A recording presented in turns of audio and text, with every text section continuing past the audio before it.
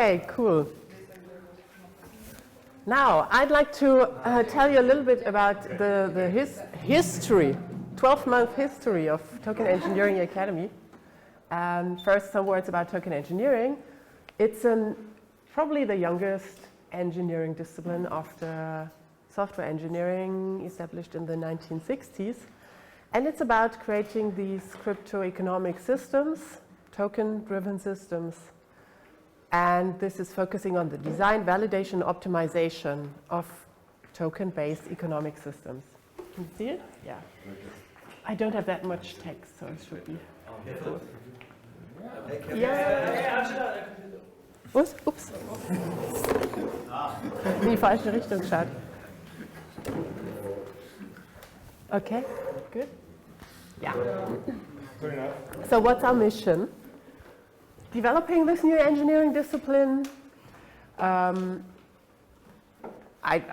come to that later in detail, but this is, we need a body of knowledge. We are working in open science formats. And of course, we want to onboard the best researchers in crypto and academia that we can get. Then educate aspiring token engineers and grow the number of token engineers in crypto. Because we want to have impact, and there's such a huge opportunity in these new crypto economic systems. And on the other hand, there's more and more projects looking for that knowledge, because they realize it's not only about coding, not only about building the technology. And then third, create new web-free value flows for education and research. Hey, we can leverage tokens for education and knowledge as a common good too. So these are the three items of our mission, and values-driven. We envision token engineering, it's about building systems that, rather than try to optimize humans, so everybody's talking about tokens as an incentive, rather than trying to optimize humans via notching monetary incentives, try to provide maximum degree of freedom while preventing dangerous conditions. So this is one of the values for token engineering. Now, some pictures of our work. Of course, this is about coding as well, since we are building models of economic systems to verify our design assumptions. It's a lot about math, mathematical representation, specifying system properties and also the variables in the system, outlining value flows. So this is how our work looks like. And then there is Commons. This is the community around token engineering. I guess you've heard about it. We had a token hatch, so this was the first step in creating this own token economy around token engineering public goods. And this community was created in order to fund and manage the funds for responsible and ethical creation of public goods in token engineering. Yeah, and we're very lucky to now completed our hatch with 1.5 million of donations in the hatch. More than 200 contributors, right? Yeah. 50% of our community. And now going the next step in establishing the actual token economy around it. And all the, I mean, what was most exciting here is building the community and the processes, the decision making, also, and the culture for the token engineering commons. Culture, because why? I mean, launching a token for as a capital asset, fine. But how to? We try to consider, or we're considering tokens as basically a signal in a system, not a currency and not an investment instrument in itself. It's a signal in a system, and there's a huge range of opportunities to steer and monitor economic systems, and therefore we are creating public infrastructure, and public infrastructure needs this responsible and ethical creation of public goods. So we worked, I guess, over 12 months establishing our communities, also all the decision-making process, defining our first economic paradigms and parameters, conflict resolution. So it's not only, particularly TE Commons, it's not only about the token and the funding, it's about establishing, basically a new social institution to run this token engineering discipline or to further develop this token engineering discipline, which is pretty exciting. Okay, emerging discipline. To put this into context, so you all know 2008 Bitcoin with a first consensus mechanism proof of work and then Peercoin proof of stake. 2015 Ethereum, the ERC20 token standard, and first white paper smart tokens, the bonding curve with Banco, where, I mean, this is basically, I guess, also the bonding, the base, the fundament of your bonding curve design as well. So this was pretty, for any kind of bootstrapping communities and a token, this was really important. Then 2018 now Filecoin and the huge wave of ICOs, well, were flooded with money, and 2021 the DeFi space managing 62 billion. I think this is a number from a couple of weeks ago. So what the message is here, this is really significant in terms of what's going on in these ecosystems, of how it impacts their stakeholders' welfare. And then only 2018, there was this first mention of token engineering as a discipline. And we started first meetups in the community 2018 in Berlin, and I think within less than 7 months, we had 15 meetup communities in 11 countries. Then 2018, University of Vienna launched the Cryptoeconomics Institute as a first institute in academia on doing research. 2019, Cryptoeconomic Systems Blockchain at first journal and conference series by MIT Media Lab. Still, academia is really lagging behind, I must say, in this area. So there are some institutes like Network Science Claudio Tersoni at University Zurich. I've heard about Turin as well, even though I'm not 100% sure what they are doing. So overall, academia is just picking up, and it's very early stage. And this is also the reason why we said there are so many challenges and standards are set in how crypto economies are designed. So we have to be fast, way faster than academia create our own academy. 2019 CatCat open source. CatCat is a framework, it's Python-based to build simulations, models of economic systems, to stress test them and find out if a design holds. And this is basically the first infrastructure for token engineering. So there is not, for computer science, software engineering, there is such a wide variety of tools to develop, to collaborate, also to incentivize, and we don't have that in token engineering, so this is really early stage. And in 2020 we launched the TE Academy. With this, okay, we want to establish this discipline and this approach in, okay, we are building public infrastructure responsibility, plus we can apply a lot of existing domain knowledge from other disciplines. So yeah, let's offer structured education for token engineers. And 2021, as mentioned, TE Commons, this new DAO.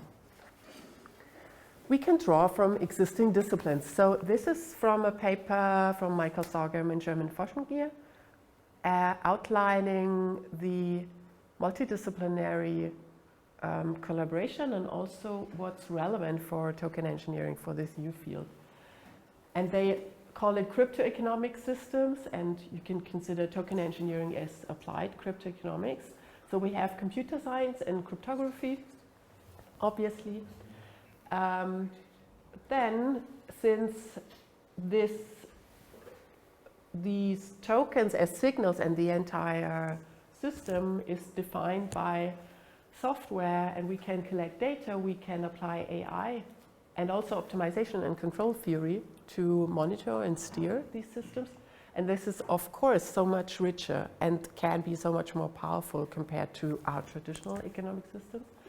Then industrial and systems engineering, operations research and management science,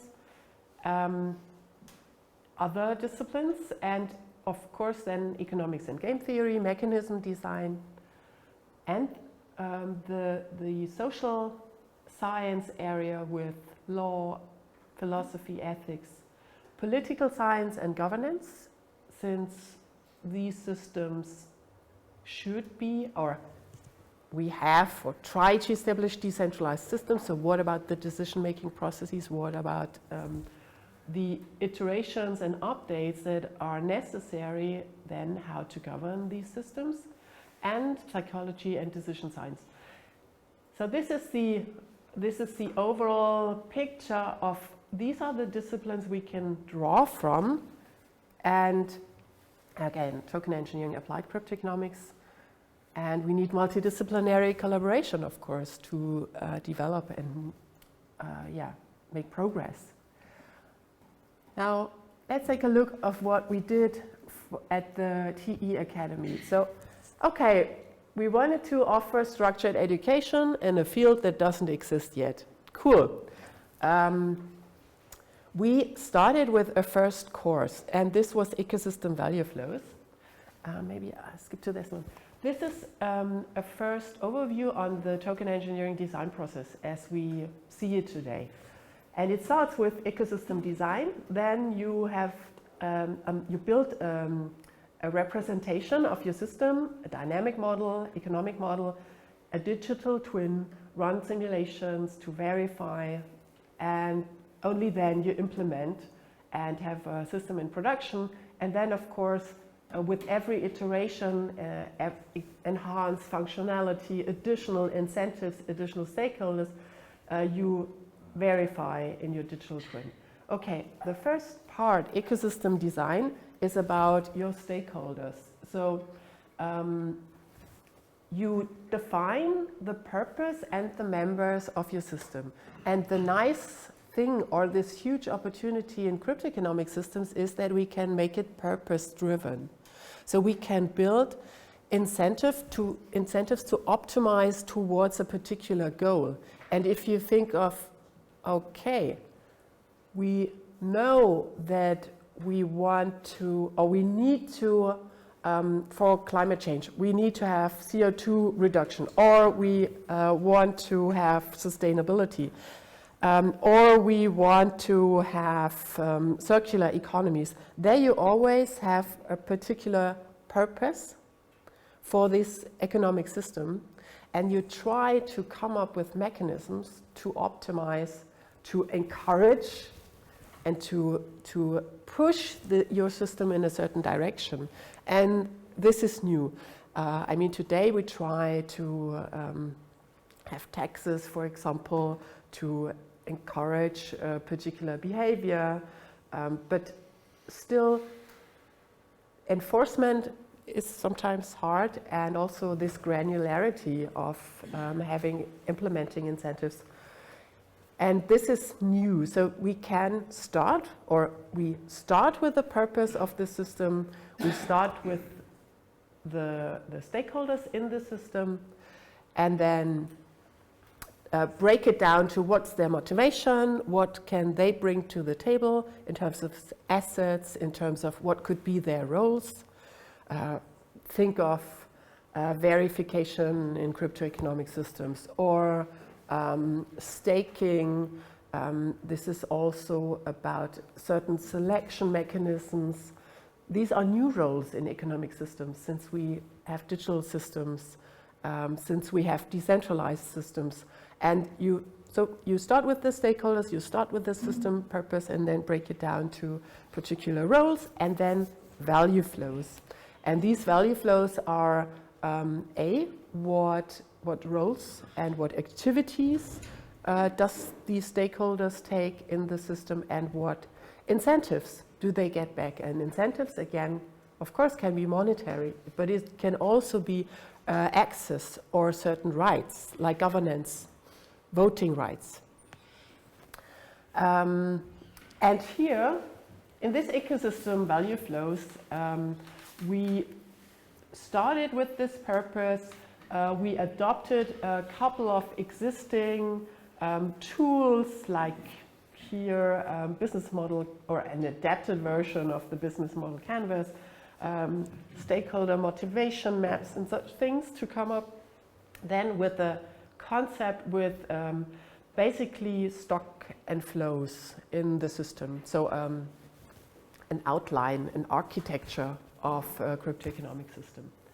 And we applied, for example, also co-creation to find out and represent stakeholder behavior and stakeholder motivations in the system design. And as mentioned, this is only covering the very first stage in the process. Just a second. And it was just a test. It was the first version of such a course.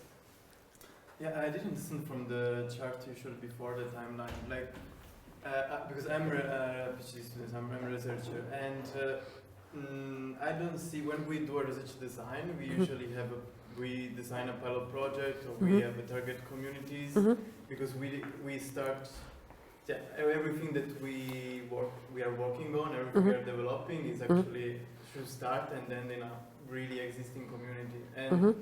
And I don't see here, like, what is the experimentation phase, like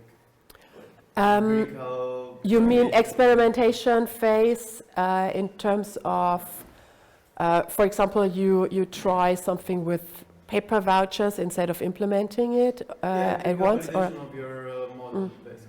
Okay, so basically this is all validation until simulation. It's just probably that, I don't know to what extent you are building digital models. Do you? Yeah, I do business modeling as well. I mean, I am economist, also trained as a computational economist, but the problem is that you always need to test. Modeling is absolutely not enough. Yeah, absolutely. So ecosystem design is about building MVPs, also non-technical MVPs. You are using games, for example, Le Grand Jeu, a board game to verify your assumptions. Then, of course, you can have all kinds of paper-based, non-digital experiments. But I would take that all in this ecosystem design. And then once you are ready for, okay, we have solid assumptions on the stakeholder roles, then you can start with mechanism, or probably you even started in the earlier experiments with what's the mechanism. So basically lab experiments, more lab experiments than real existing communities. Yeah, but of course you can also run an experiment in an existing. Okay, yeah. But this is then all, I would put this all in the ecosystem design box. Okay. And at some point you start with building a digital model and also have this mathematical specification of your system. And then you enter this dynamic economic model and building the digital twin and run simulations. Okay. So I would probably, it's in a little bit further down the road, I assume that the engineers will get requirements from those who did the ecosystem design in various community experiments, and then start with the mathematical specification and verifying the mechanism design mathematically. Yeah. And then come up with, okay, this design is nice, it worked out in an experiment with 100 participants, but look here, we have some sensitivities and it might break at some point. Yeah, This is the process. More or less also in computational economics we do the same, but there is the whole branch of causal inference, econometrics, randomized control trials. I don't see in this chart, but maybe you can talk about it. Yeah, we can, yeah.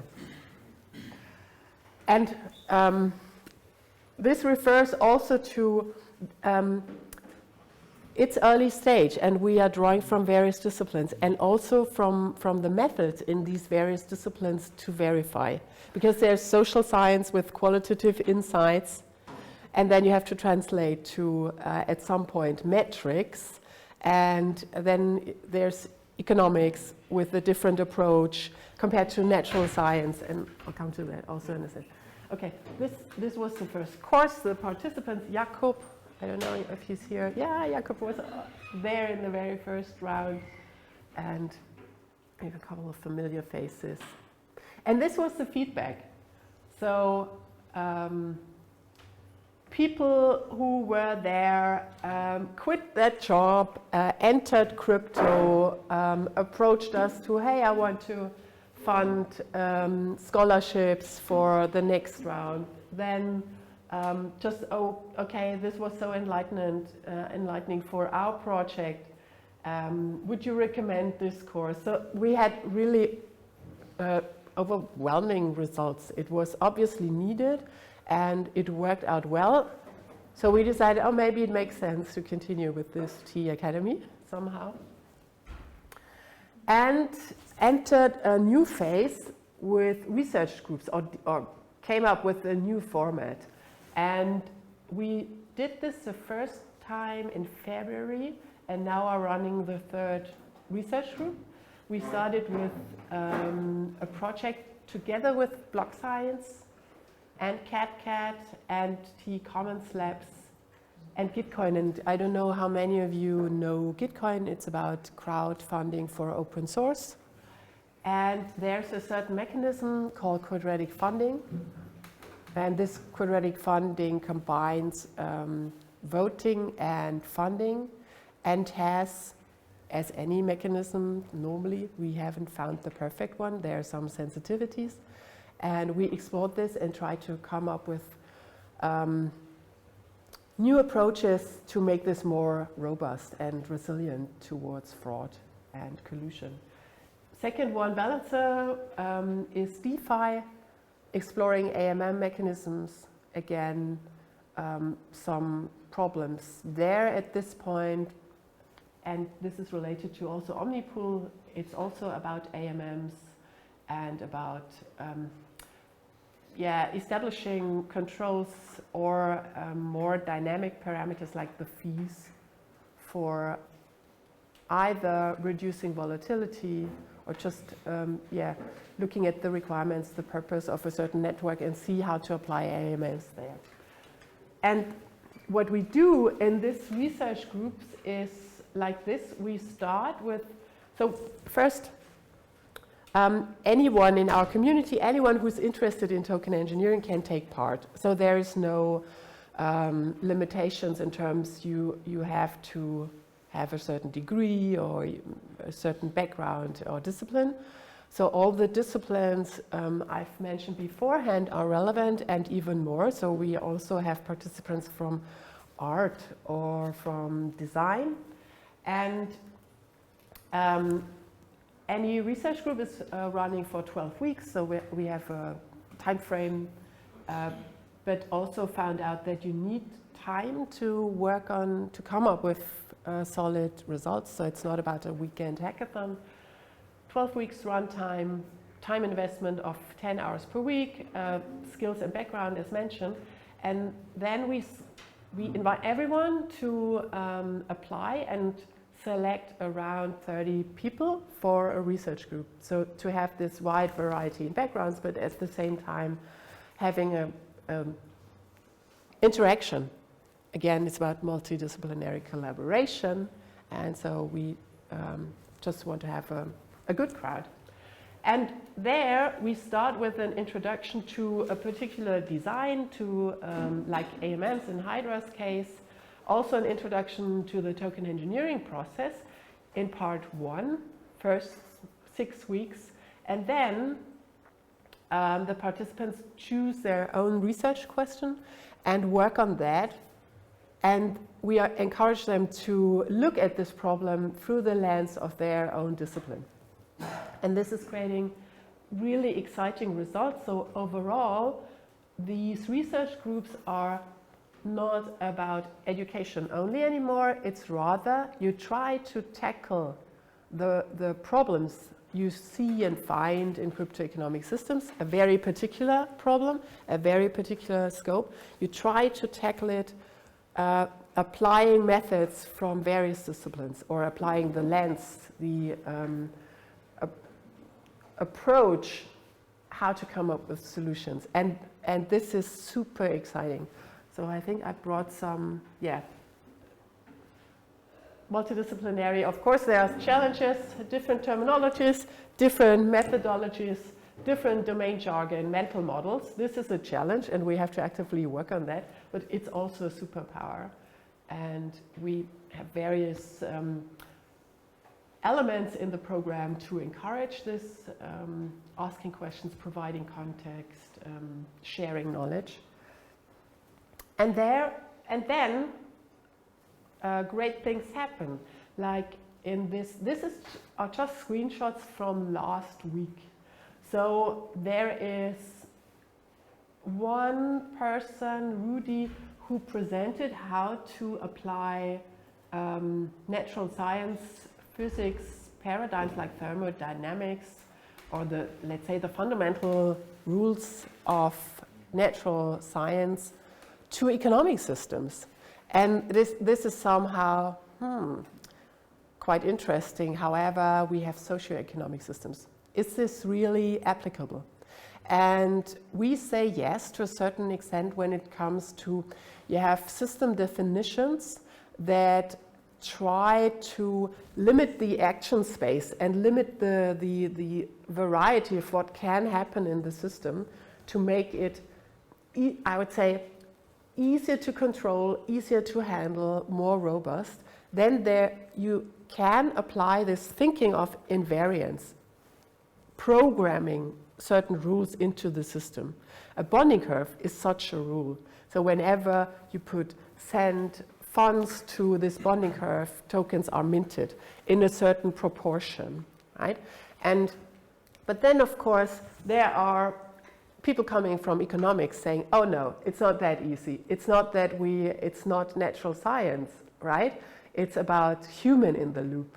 And this makes it much harder to control because there will always this aspect of irrational behavior, of fraud. And this is a valuable discussion because I think for the design and for how you look at and how you analyze your systems, this paradigm or the approaches and also the paradigm of having an invariant is very valuable. At the same time, we don't have to be naive in terms of, okay, now we have technology. We can just ignore the socioeconomic aspect in it and human behavior. Okay, so it encourages this multidisciplinary collaboration, of course. Then you have a different perspective, ideally a productive conversation, and new tools. So, for example, here, finance, quantum computing. Another participant just explored quantum computing for finance applications. And then, of course, there's this question, does this help for cryptoeconomic systems? Does this make sense? And being able to bring people into these research groups to explore and find new routes is super exciting. And this relates to the backgrounds and fields of study of the people in the academy. So far, within 12 months, we have more than 700 participants in our programs. And they have a background of economics, finance, business, the red one, roughly a third, engineering, computer science, the blue, also a third, then natural science, mathematics, physics, data science, and social science, and arts, linguistics, design. So this is the combination, and I think this is good. And this should be the route to take as well, because again, it's not only about coding. when it comes to these new systems. We need a variety of knowledge and also knowledge from beyond crypto. What we also build in these research group collaborations is infrastructure. So this is the outcome of just one research group. On the left, this is a repository with AMM explorations, just only exercises to gain intuition on how an automated market maker works. And somehow it's the basic constant product or constant sum is super simple. The algorithm behind it is super simple. But then practically what this means in certain A, for certain actions stakeholders take in the system, and B, in certain conditions or system states is really counterintuitive. So gaining this intuition on the system behavior, if you come up with a certain mechanism design, and then what this means under certain conditions is super important for token engineering, and then is also something I think is sometimes hard to handle, because it's relevant for token engineering, for the designers, but also for the participants in an economy, right? Because in a way, you can have all kinds of very elegant algorithms that are driving and optimizing the system. But if you don't understand it as a participant, as a stakeholder in the system anymore, then it's hard, or it's even unfair. So you can see it in DeFi, that you can optimize your own returns, making use of these algorithms easily using bots. And a normal retail investor doesn't run bots. You just look at a price and then you take some action. And since we have these automated systems, of course, this is prone to be used and exploited by AI and bots. And then also governance, another topic. So how to keep or maintain transparency in a system when even the basic algorithm is not intuitive anymore for a human being. So I see this as a challenge, and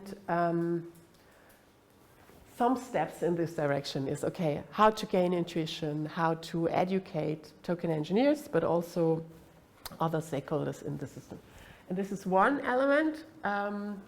Another one is just having the components of a smart contract, blockchain system, replicated in Python to make it usable in simulations, piece of infrastructure, or also in JS.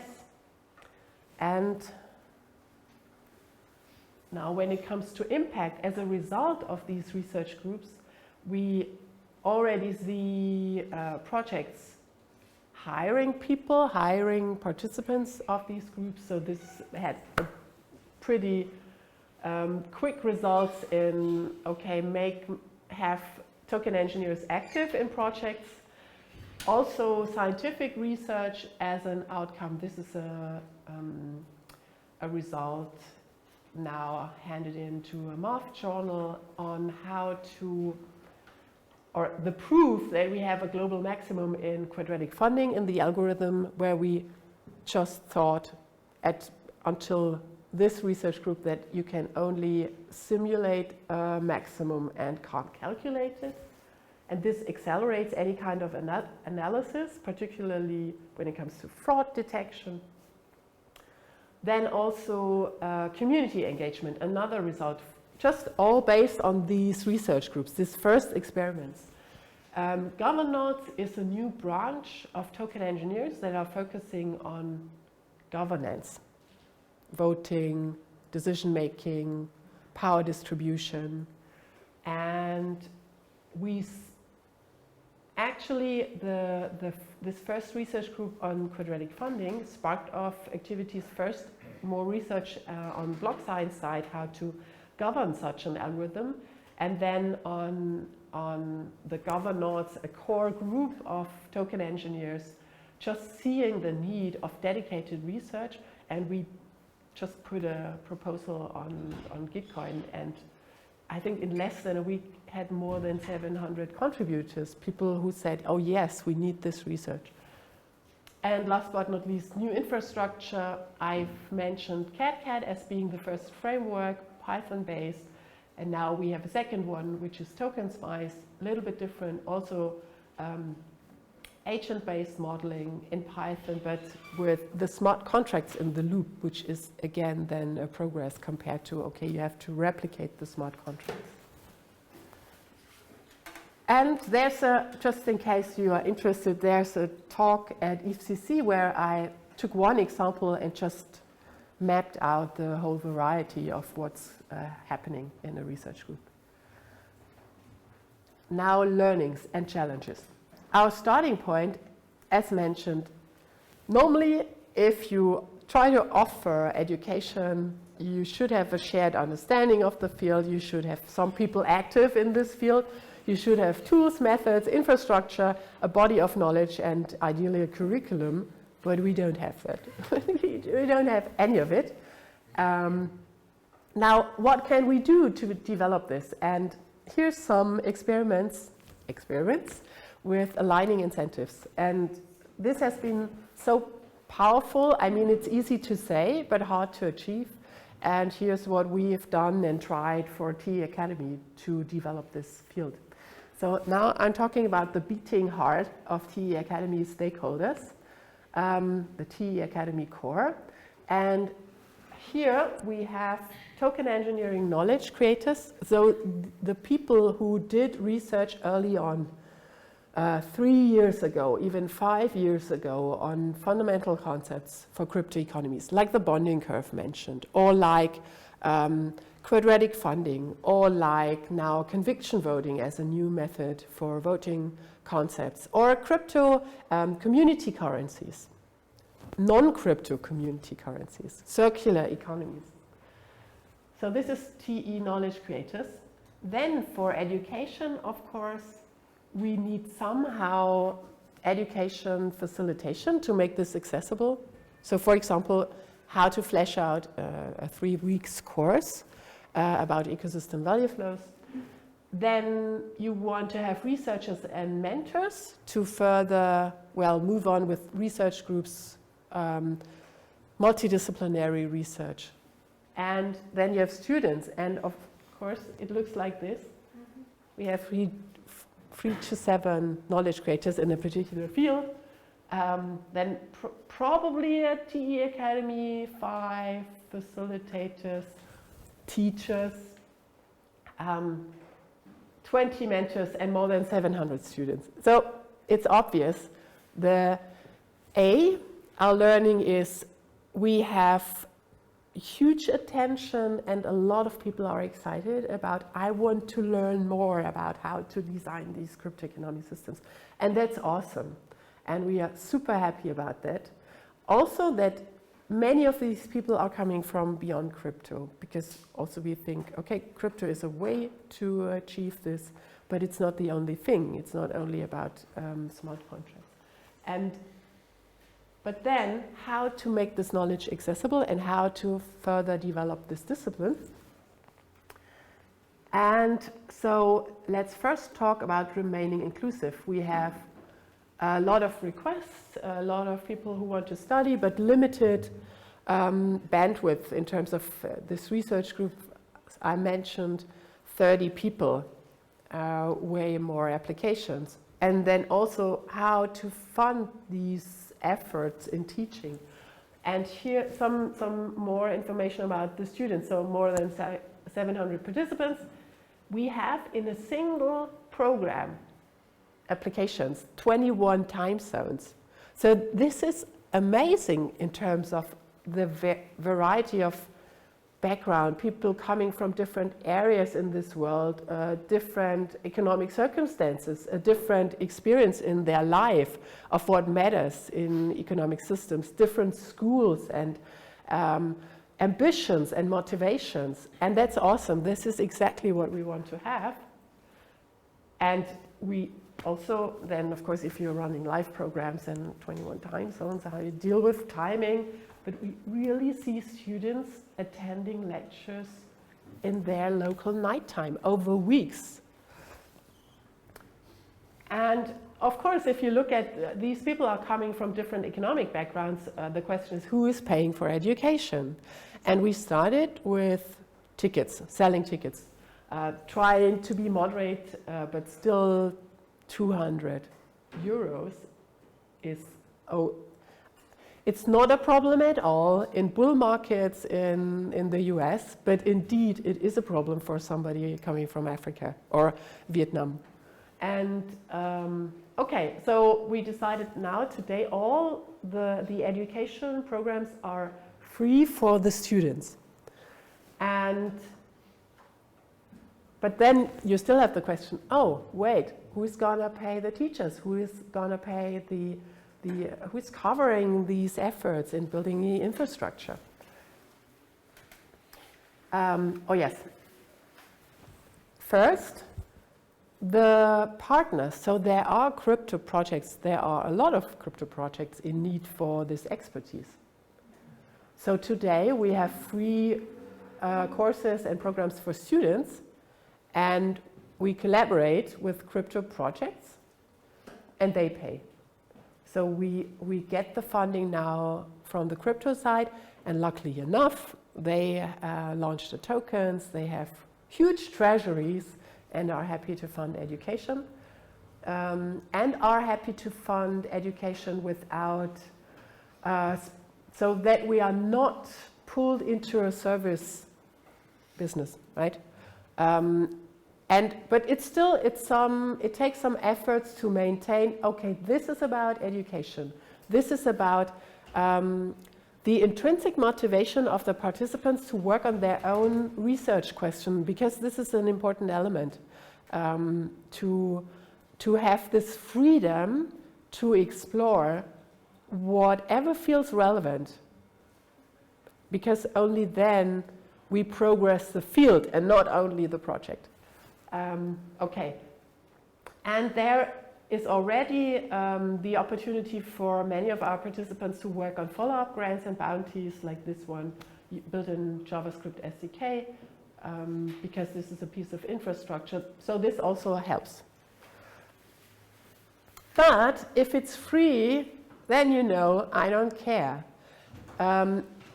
There are so many offerings in the crypto field, like you can take part at a hackathon. You are even paid to read a document. So there are, I just seen an academy, I don't remember which one, I think Binance.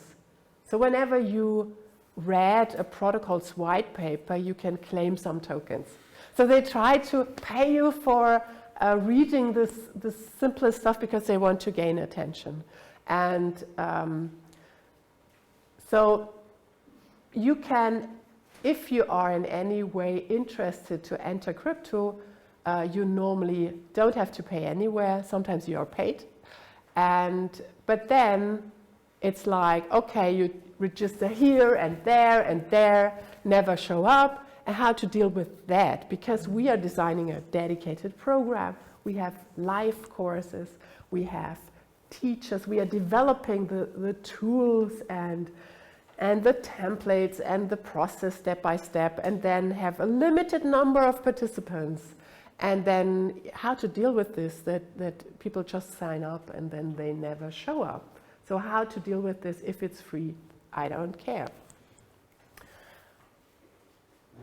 First, we have successful contribution, and related to that, issuing an NFT.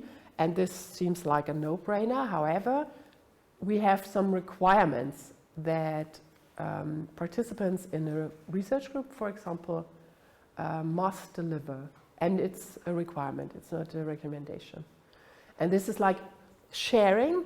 It's about you share your perspective. So you actively share how you look at this particular problem through the lens of your discipline. Then we had a specific math challenge. This was dealing with the algorithm and the balancer research group. This can also be a requirement. You share updates on your work in the working sessions. You define your own research goal.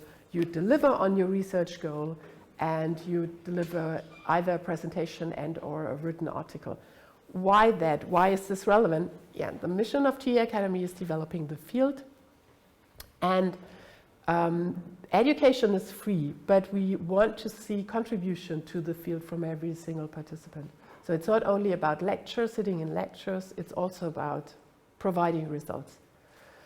But still, okay, this is, okay, you have to deliver this and then you get your NFT. Still you could say, I just don't care, free riding. And then we established a second element, that is stake on participation. What's that? You stake on your own results. You say, okay, I registered, I want to take part, I stake on my participation, and I accept that if I disappear, then I will lose these stakes. And we are using, in our first trials, we use kickback, and this is something that has been established for events, basically, but it can be applied in our case as well.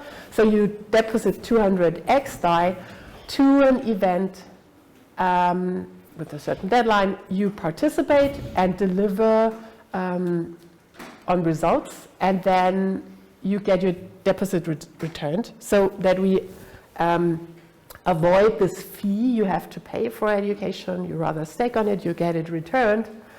Or if you just didn't take part, then your stake is slashed. And this actually made a difference. So we can see that the active participants is way better. However, there is also some issues here, because again, 200 XDAI are a monthly salary in some areas of the world. And still, why should we exclude these people? And we can, again, work with scholarships, or even now, this is an experiment running in parallel, pay to learn. And this sounds somehow counterintuitive, since people are eager to learn. What we mean with pay to learn is, currently we have the situation that many people interested in token engineering are doing this as a side project on their weekends, in their spare time. They just want to see if this could be something for them. Fair enough. I think that it won't be hard for skilled people to make their living. I really see that we will have 6-digit wages for token engineers in the near future, or even already today. But still, for this learning journey, for, okay, should I go all in, full time? For some people it's easy, because they can cover a year or two without, just from what they ever have in terms of crypto or whatever. But for others, it's just they have to cover their living costs somehow. And this is another, so this MVP of being paid to learn, where we have talents that just need a UBI for a certain period of time. They participate in the TE Academy program, and we match them with projects, like in this case EthicHub, and with mentors.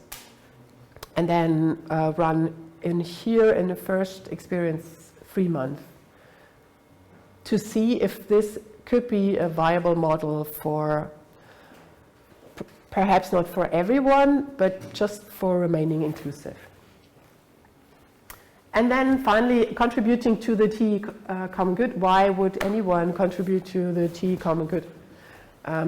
As in all cases of building public goods, and in our case, it's mainly cracking the nuts. So we see that the main motivation for people in token engineering today is they want to somehow, for them personally, see, I think I have a solution for a particular problem, or I think I want to apply my knowledge to a particular problem, or then further down the road, we have, I want to solve public goods funding.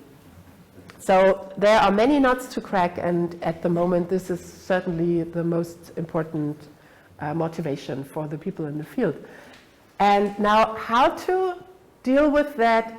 Of course we could say, oh yes, cool, it's great that you are intrinsically motivated, welcome, and don't do anything about it. But I think we need to work actively with this motivation to crack the nuts. And again, for us, the most important thing to develop the discipline is this collaboration element, and to share the results, to let others build on top of the results, on top of the frameworks developed, on top of the models that has been built. So it's important to have the results created in our courses and in our research programs, open source, of course. It's important to have good documentation.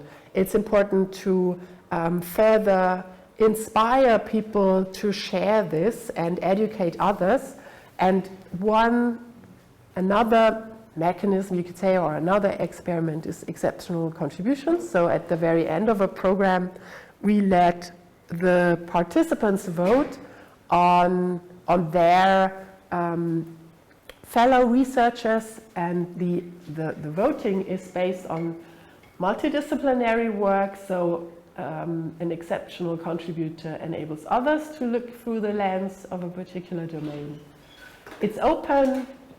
These people are open to collaborate, encourage, and support others in building on their work, and it's innovative. So most innovative in applying their specific domain knowledge to a token engineering challenge. And then it's not even us to vote on it, it's voting the participants on it, and in a very simple MVP style way. And then we assign NFTs again for these exceptional contributors. And of course,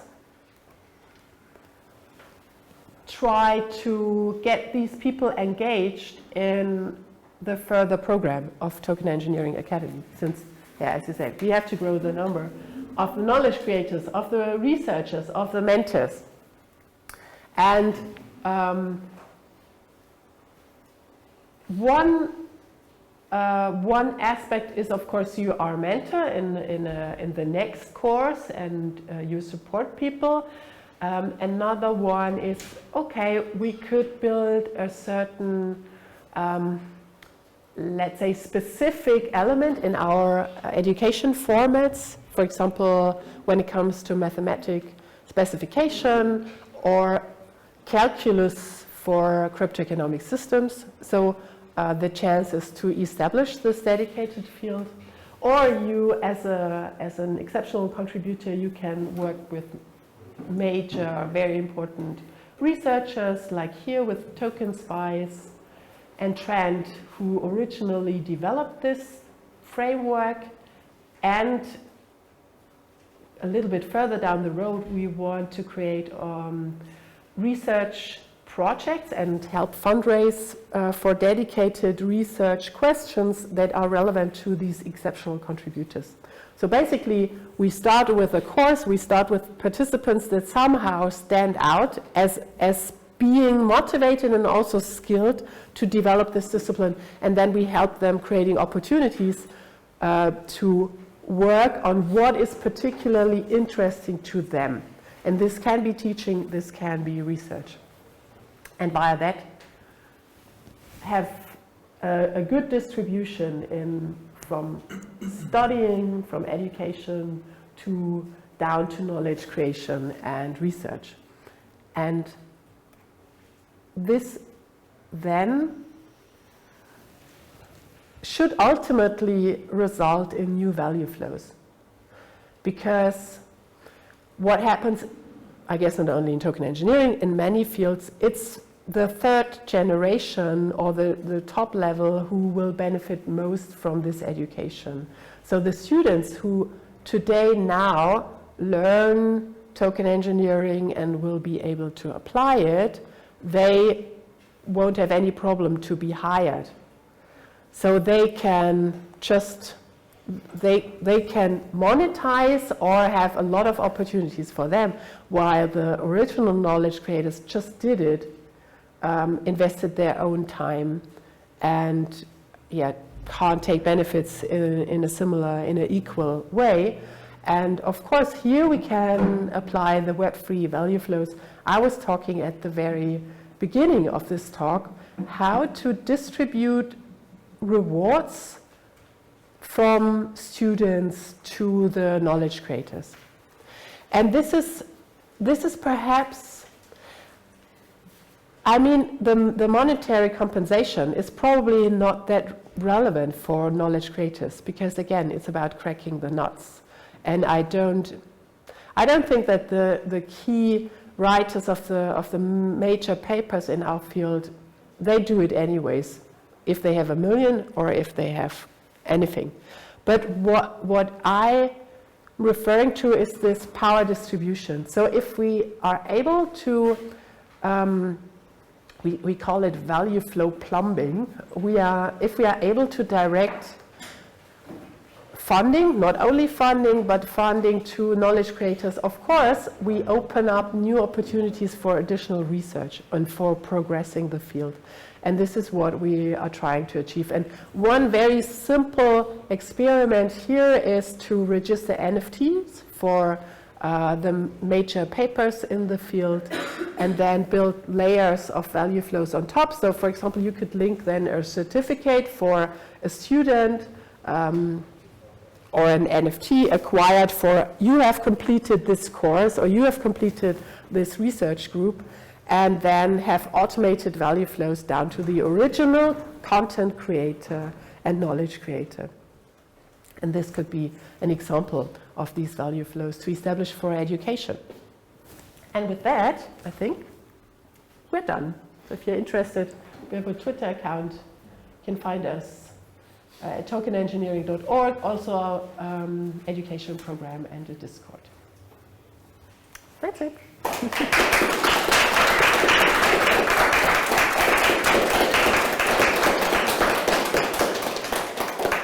Any further questions? Did you ever think about on-site courses?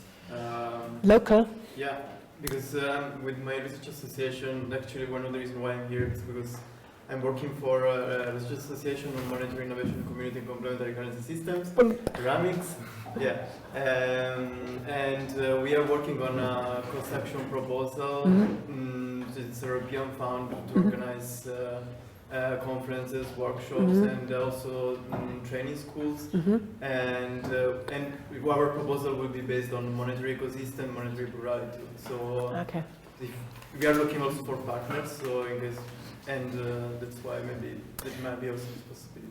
This is rather the question of getting involved into education. Is this in this? So linking. Yeah, on-site courses, training schools, summer schools. Because for example, here at Bochum University there is AIMS, Alternative Economic and Monetary System Summer Schools, Bochum University, and actually Shermin was there sometimes, but it's in few editions, and maybe.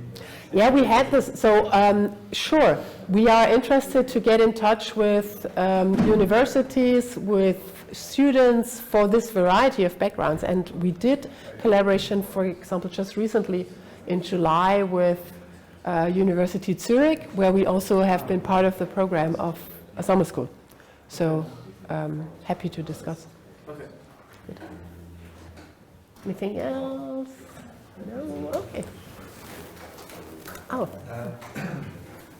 It's very nice actually to all this funding and ways to actually do this student to actually stand beyond the engineering community, but to actually get all kind of communities to work on this in terms of like a new sort of like ways to do education, so that through the students actually Yeah. for a long time. Yeah, Maybe absolutely. potentially a token engineering project on its own. Yeah, I mean, certainly this is research for our own purposes, because I think probably there are great concepts that other communities already developed. Maybe there are not only similarities with education, but overall with, let's say, newcomers versus seniors, something like that. And I think there are many great concepts that we can see how to translate this to our world and also to put this on chain. Because there is this element of, I talked a lot about monetary rewards, and I talk about this because we see that this is just, it's creating opportunities to what you are able to do. So it was indeed relevant for us to think about funding and not only about learning. But at the same time, I think there are many aspects in this intrinsic motivation to crack the nuts, or this intrinsic motivation to teach others. And this is why we highlighted it with this exceptional contribution. It makes a difference if you highlight this as a kind of a behavior that we want to encourage and that this stands out. And then you create new opportunities for that, and see this also as a mission for TE Academy to create opportunities for these kind of people. But still, it's about this intrinsic motivation, and then how to put this on chain, of course, and how to put assign numbers to it. Yeah. This will be interesting to find out. I think like the token engineering stuff is really interesting. I think, you know, if you take it to its extreme, you can imagine like why it's almost like, I think I mentioned this yesterday, but like almost like a replacement of certain things that already currently exist today, like certain systems that exist. Like if you take, I think with the education example, like you can imagine at moments, I mean, more or less, we have publicly funded schools in which teachers are given, you know, wage. But then if you add in this like NFT mechanism for like a value flow of, like in one sense you could argue, okay, it's a way to incentivize teachers to be better teachers because then their students, but it's also a bit of an economic, like a financial incentive, which may, I think what you sort of are alluding to, like sort of perverses a bit, maybe like the act of teaching and like so it so could. It's sort of like like if you take them at the two extremes, it's sort of basically like public state-run services versus like privatized NFT-run value flows of teachers who if they teach better than their students make higher incomes, then they will get more money. So there's a certain incentive then to like, should I push my student towards engineering or towards you know, higher paid? So I was wondering, these are just two, maybe to the extreme ends. I was wondering if you guys have thought about like, I don't know what the right word is, but like, you know, like when you have to become a doctor, you have to say like, I promise I will not like. Like an oath, like a token engineering oath. Token engineering oath. So I can imagine like. Not yet. If you take it to its extreme and say token engineering is very successful, and they haven't taken like people. I know it's very like, you know, it's just representational. It's like nothing is really holding them from doing token engineering for you know, nefarious purposes or something like that. This is something to consider. Tea comments. Ring ceremony. Yeah, in Canada. It is actually that. In Canada, the iron ring is supposedly forged from the iron of Tacoma Narrows. Tacoma Narrows was one of the largest engineering failures that it was a bridge design where they didn't account for harmonic resonance. So as soon as they completed the bridge, it was like, or on a windy day, it was literally dancing. They called it Galloping Gertie, and it collapsed. And I don't know if anyone was hurt, but it was a huge engineering failure. So the iron ring is the engineering, the social institution. I wish Steve were in here. It's a commitment to public safety, because the work that is done in designing these infrastructures, whether they're bridges or economic systems, can cause massive damage to people. So it's about that reminder that what we're building is really important, that we have that responsibility to society when we are engineering these systems. So it's not the Hippocratic Oath, but it's very, You guys, did you mention that earlier? we haven't, at T Academy, we haven't established the oath. It hasn't made it into the token engineering, Yeah. that particular ceremony, but any engineering discipline in Okay, Canada, when you okay. graduate from university, you do the iron ring ceremony, and this is your So you can do like, something similar initiation into. This refers to T Academy being an institution under the hood of T Commons, this responsible, ethical, public, establishing this approach to designing these new kind of public infrastructure. And now with T Fundamentals, this is a new program we are currently developing, and here engineering ethics is a part of it. And of course, we are now, I would say, in this lucky position of being the first one to defining what does it mean to be a token engineer, and engineering ethics are a part of it. And also the Academy itself, as okay, at the moment, this is basically community driven. We have a legal entity for all kinds of interfaces, but of course it makes total sense to be a non-profit, to somehow hand it over to the T Commons and govern it via the T community, including this. Okay, certification means a certain, I mean, I would love to have an enforceable oath because an oath is something, okay, you can say it, but I think we certainly have a momentum and the chance to define the, okay, this is token engineering and this is your responsibility as a token engineer. Yeah, I totally see in the next 5-10 years, Silicon Valley, DC wants to start a new charter school in, some poor neighborhood in San Francisco where all the teachers are NFTs. Yeah. They're only paid through like the income that their students make. I'm not sure if they I would can imagine that. I'm not saying it's going to come out of you guys or something, Yeah. but I can imagine that in the future. And that's like, Yeah. oh boy. Yeah, right. But if I say the NFTs and the value flows, it's just also an opportunity. And for me, this is not about public schools versus private schools. It's rather, okay, we're driving this with a certain culture and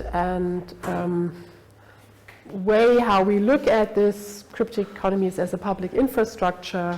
And then I would say it's a community-owned institution, like more not public, not private. Yeah. Good.